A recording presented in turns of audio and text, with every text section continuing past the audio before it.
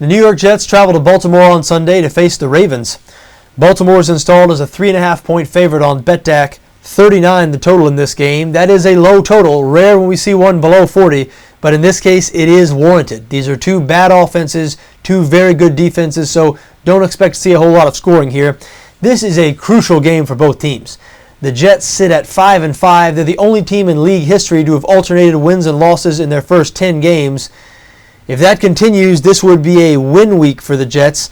But even if they're able to sneak into the playoffs, are they good enough on offense to make any noise? I mean, different year, but same story for this New York Jets offense. Serious problems at the quarterback position.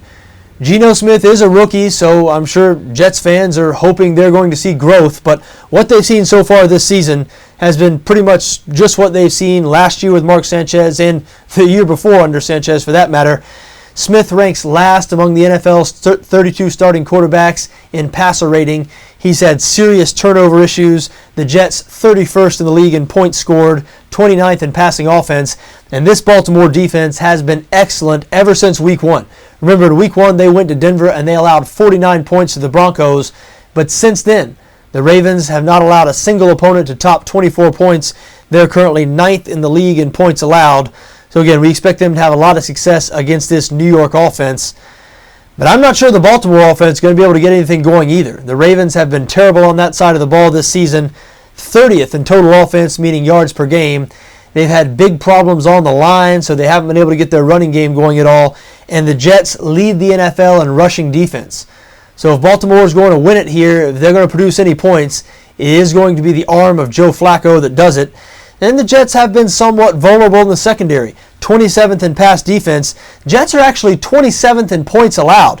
I said 22nd in pass defense, right? I meant to. 22nd in pass defense, 27th in points allowed. So a little bit surprising when you consider the Jets are a top 10 total defense, meaning yards allowed. They rank 7th in the league in yards allowed, and they lead the NFL in rushing defense, yet they're 27th in points allowed.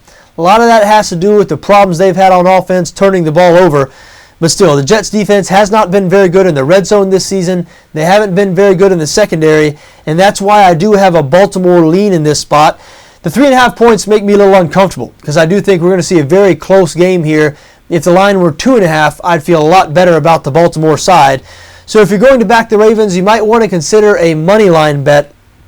But all things considered, I think Baltimore minus 3.5 makes a little more sense than New York plus 3.5.